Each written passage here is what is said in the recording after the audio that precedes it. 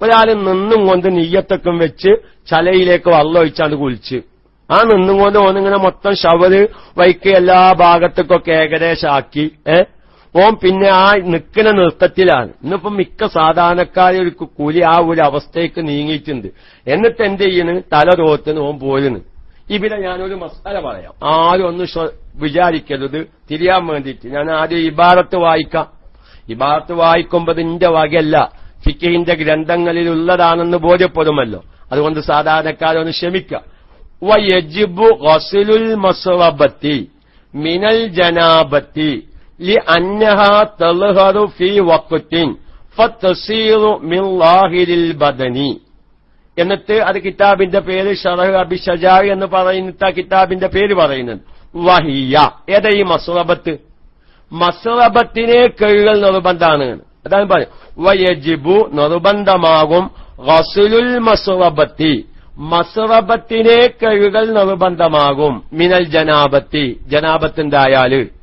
അപ്പൊ വലിയ അശുദ്ധി ഉണ്ടായാൽ അത് ഹൈൽ രക്തം നിന്നുള്ള കുലിയാണെങ്കിലും ശരി, പ്രസവരക്തം നിന്നുള്ള കുലിയാണെങ്കിലും ശരി, അതല്ലെങ്കിൽ മനീയ് പുറപ്പെട്ടുള്ള നിർബന്ധമായ കുലിയാണെങ്കിലും ശരി, അല്ലെങ്കിൽ ശാരീരികമായ ബന്ധത്തിലേർപ്പെട്ടുള്ള നിർബന്ധമായ കുലിയാണെങ്കിലും ശരി, ഞാൻ സൂചിപ്പിച്ചതാ. ചിലവര് മനസ്സിലാക്കിയിട്ടുണ്ടോന്ന് സംശയമുണ്ട്. ശാരീരികമായി ബന്ധപ്പെട്ട് സ്ഖലനമുണ്ടായാലേ കൊലി നിർബന്ധാവുള്ളൂ എന്ന് അപൂർവം ചില വ്യക്തികളുടെ മനസ്സിലേക്കൊരു വിശ്വാസമുണ്ട്. പിന്നെ അവിടെ തന്നെ ഞാൻ ആ ഒരു വിഷയം പറഞ്ഞപ്പോ ഈ സ്ഖലനം ഉണ്ടായാൽ എന്തില്ല, അത് ശുദ്ധിയുള്ളതാണ്, മനീയ് ശുദ്ധിയുള്ളതാണ് എന്നൊരു മസല എല്ലാവർക്കും അറിയാം. പക്ഷെ മനീയ് ശുദ്ധിയുള്ളതാണ്, ആ മനീയ് നമ്മുടെ വസ്ത്രത്തിലായി, മനീയ് ശുദ്ധിയുള്ള മനീയ് വസ്ത്രത്തിലായാൽ കഴുകണമെങ്കിൽ അത് നിസ്കരിക്കണമെങ്കിൽ കഴുകേണ്ട ആവശ്യമില്ല. അത് ചിലർക്ക് പുതുതായ ഒരു മസലയായി തോന്നുന്നുണ്ടാവും, ചിലർക്ക് പഴയ മസലനെ ആയിട്ടും തോന്നുന്നുണ്ടാവും. നമ്മുടെ മനീയ് ശുദ്ധിയുള്ളതാ. അതുകൊണ്ടാണല്ലോ മനീയ് പുറപ്പെട്ടാൽ ഇസ്തിൻജാ മനോഹരം ചെയ്യൽ നിർബന്ധമില്ലാന്ന് മസല കാണാം, കാരണം ശുദ്ധിയുള്ളതാ. പക്ഷെ ഇങ്ങനെ ഒരു മസല എല്ലാവരും മനസ്സിലാക്കി വെച്ചിട്ടുണ്ടെങ്കിലും ഷാഫി മദ്ഹബിൽ, മറ്റു മദ്ഹബിൽ എങ്ങനെയാണെന്ന് അറിയില്ല, ഹനഫി മദ്ഹബില് മനീയ് നജസാണ് എന്നാണ് മസല. അപ്പൊ ഷാഫി മദ്ഹബില് മനീയ് പുറപ്പെട്ടാൽ ഇസ്തിൻജാ കഴുകൽ നിർബന്ധമില്ല. അതേമാതിരിക്ക് തന്നെ ഒളുണ്ടാക്കലും നിർബന്ധമില്ലാത്ത കോലങ്ങളുണ്ട്. പക്ഷെ അത് എപ്പോഴാണ് ആ മനീയ് പുറപ്പെട്ടാൽ ഇസ്തിൻജാ നിർബന്ധം ഇല്ല, അല്ലെങ്കിൽ വസ്ത്രത്തിലായാൽ അത് നജസല്ല എന്ന് പറഞ്ഞത് വികാരം ഇല്ലാതെ പുറപ്പെടുമ്പോഴാണ്. കാരണം വികാരത്തോടുകൂടെ ശഹുവത്തോടുകൂടെ മനീയ് പുറപ്പെടുമ്പോൾ, സ്ഖലനമുണ്ടാകുമ്പോൾ ആ മനീയിന്റെ മുന്നോടിയായി മദജലം പുറപ്പെടും. അതിന് അറബിയിൽ പറയാം മദിയ് എന്നാണ്. മദജലം വികാരമുള്ള സമയത്ത് പ്രത്യേകമായി പുറപ്പെടുന്ന ഒരു കട്ടി കുറഞ്ഞ ദ്രാവകം, അത് നജസാണ്. മദിയ് നജസാണ്, വദിയ് നജസാണ്, മനീയ് ശുദ്ധിയുള്ളതാണ്. അപ്പൊ ഒരു ശഹുവത്തോടുകൂടെ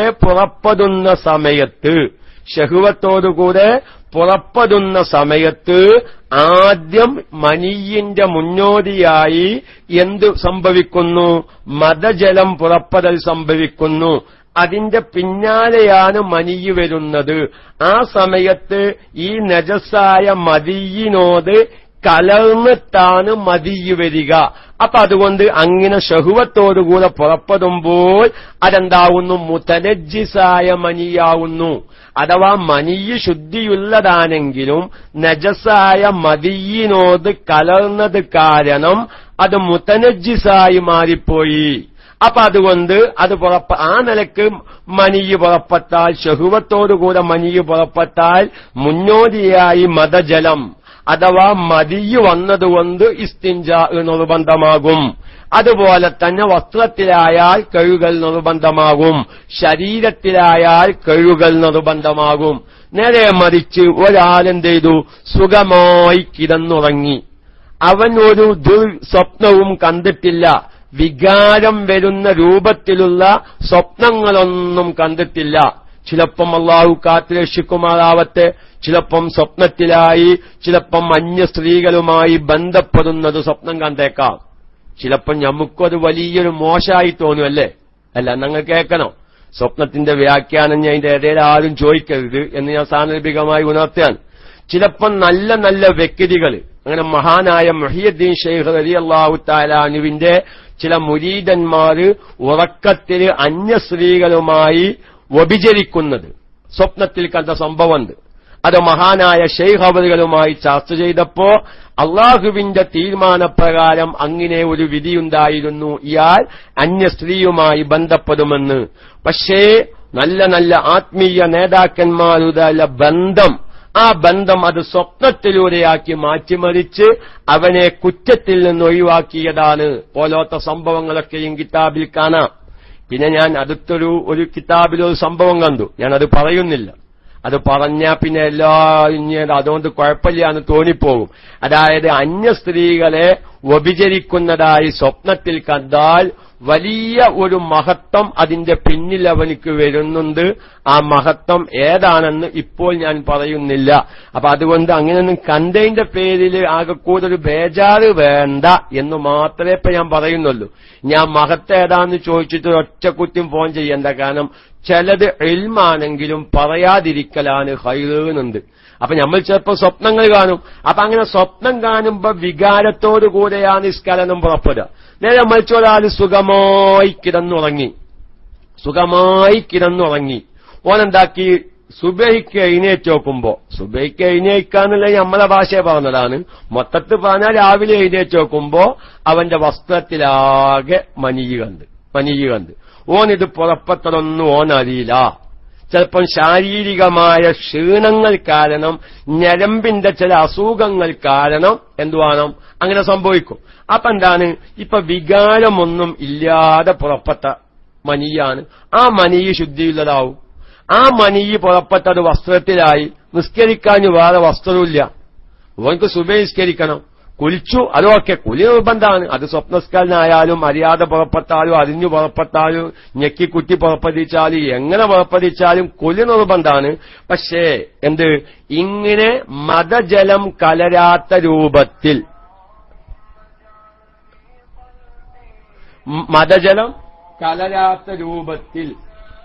എന്താക്കി ഒരാൾക്ക് മനിയ് പുറപ്പെട്ടു, എന്നാൽ അവനത് ഇസ്തിൻജാ നിർബന്ധമില്ല.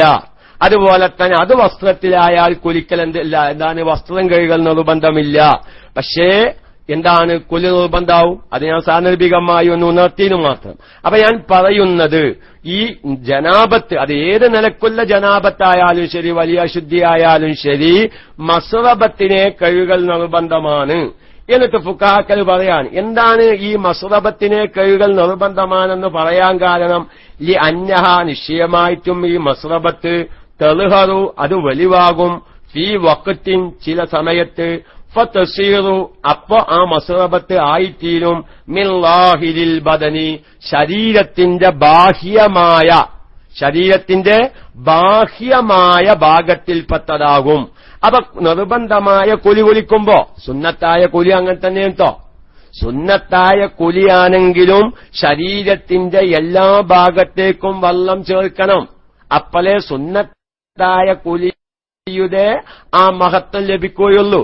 നേരെ മറിച്ച് ഞാൻ നിർബന്ധമായ കുലിയുടെ വിഷയം പറയുന്നത് എന്താ, നിർബന്ധമായ കുലി സഹിയായിട്ടില്ലെങ്കിൽ അവന്റെ നിസ്കാരം സഹിയാവാത്ത പ്രശ്നം വരുന്നുണ്ട്, അവന് ഹറാമായി ജീവിക്കേണ്ട അവസ്ഥ വരുന്നുണ്ട്, ഖുർആൻ ഓതുന്ന പ്രശ്നം അവിടെ വരുന്നുണ്ട്.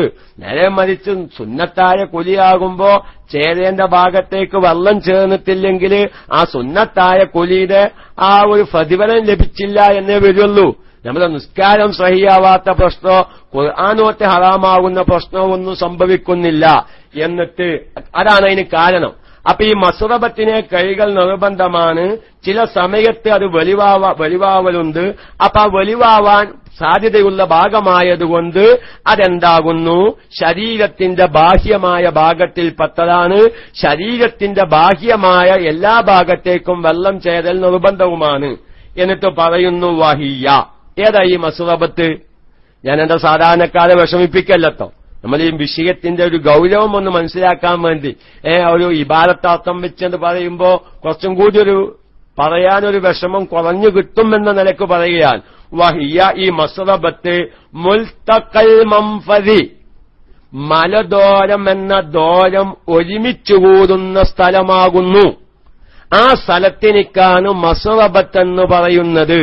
എന്നിട്ട് ഫിഖിന്റെ കിതാബിൽ പറയുന്നു ഫയസ്തർഹി ഖലീലൻ ലിയസിലൽ മാഉ ഇലാ ദാലിക. അപ്പൊ എന്ത് വേണം? നിർബന്ധമായ കുലിക്കുന്ന സമയത്ത് ഒരു ചെറിയ ഒരു എന്ത് നമ്മള് ഒന്നിങ്ങോട്ട് അയച്ചിടുക. കാരണം ഈ മലദോരം എന്നുള്ളത് ഫിറ്റായി നിൽക്കുന്നൊരു ഭാഗമാണ്.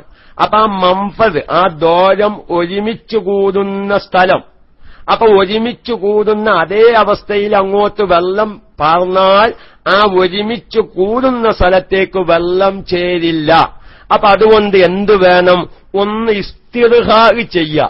സാധാരണക്കാർക്ക് തിരിയാന് ഒരു പച്ച മലയാളത്തിൽ പറഞ്ഞാല് ഒരു കുലിയുടെ മസ്അല എന്ന നിലക്ക് നിങ്ങൾ ആരും വെറുപ്പ് വിചാരിക്കില്ല എന്ന് വെച്ച് ഞാൻ പറയാം. ഒന്ന് മുക്കാന്ന് പറയില്ലേ? അപ്പോൾ ഒന്നിങ്ങനെ മുക്കുക, ഒന്നൊരു ആയാസം, ഒന്നിങ്ങനെ തൂക്കിയിടുക. അപ്പൊ അതെന്ത് ചെയ്യും? ഒരു ചെറിയ വികസനം കിട്ടും.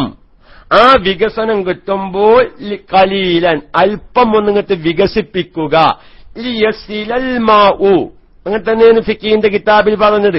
ലിയസിലൽ മാഉ വെള്ളം ചേരാൻ വേണ്ടി, ഇലാ ദാലിക ആ മംഫദ് ഒരുമിച്ചു കൂടിയ സ്ഥലത്തേക്ക്.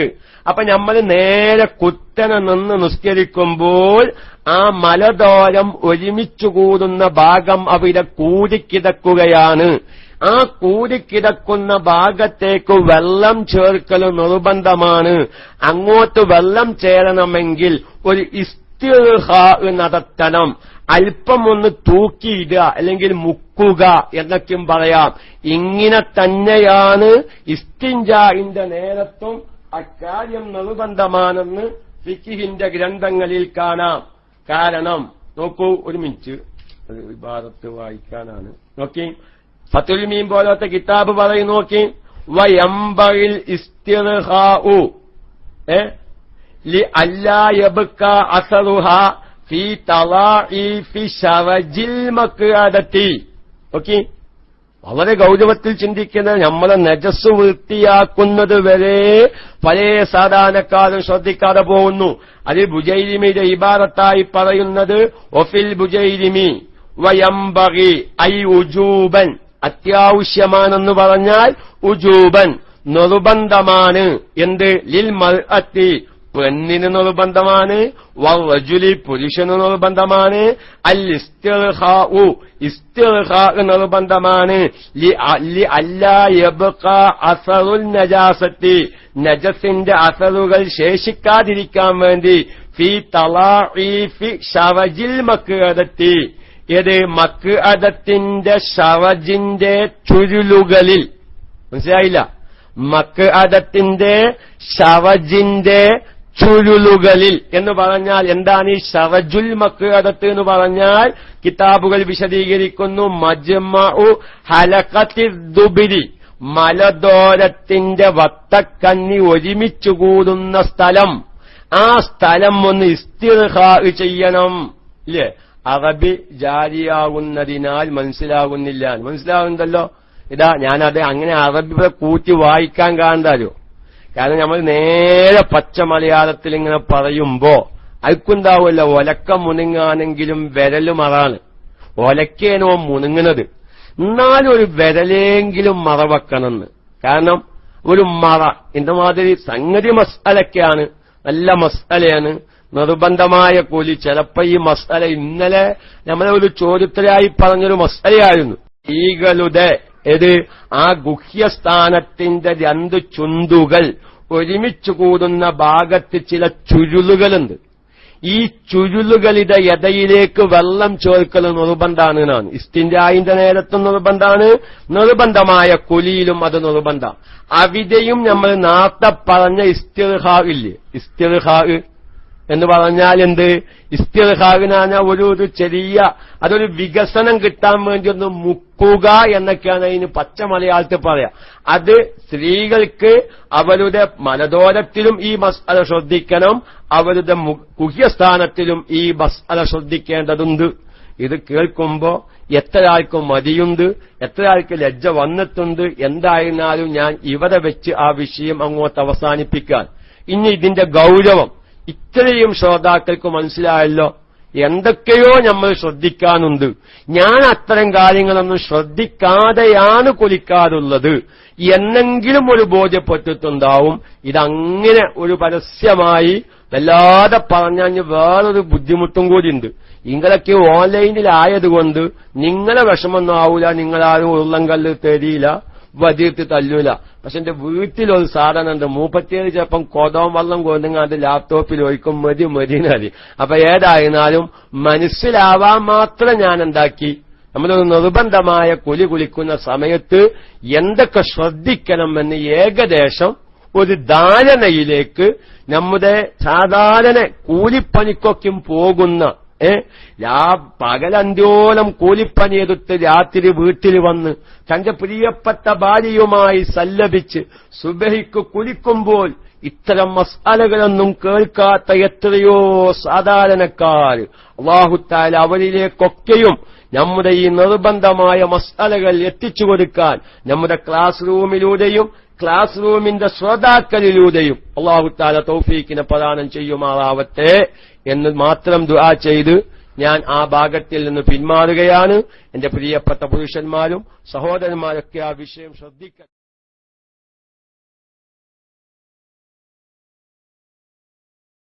ചിന്തനീയ പ്രഭാഷണങ്ങൾ, ചാരുതയാർന്ന മദ്ഹ്, ചരിത്ര വ്യാഖ്യാനങ്ങൾ, ഖുർആൻ, ഹദീസ് പാഠ്യങ്ങൾ എല്ലാം നിങ്ങളുടെ വിരൽത്തുമ്പിൽ. ഇപ്പോൾ തന്നെ സബ്സ്ക്രൈബ് ചെയ്യൂ. www.youtube.com ഇല്യാസ് മുണ്ടംപറമ്പ.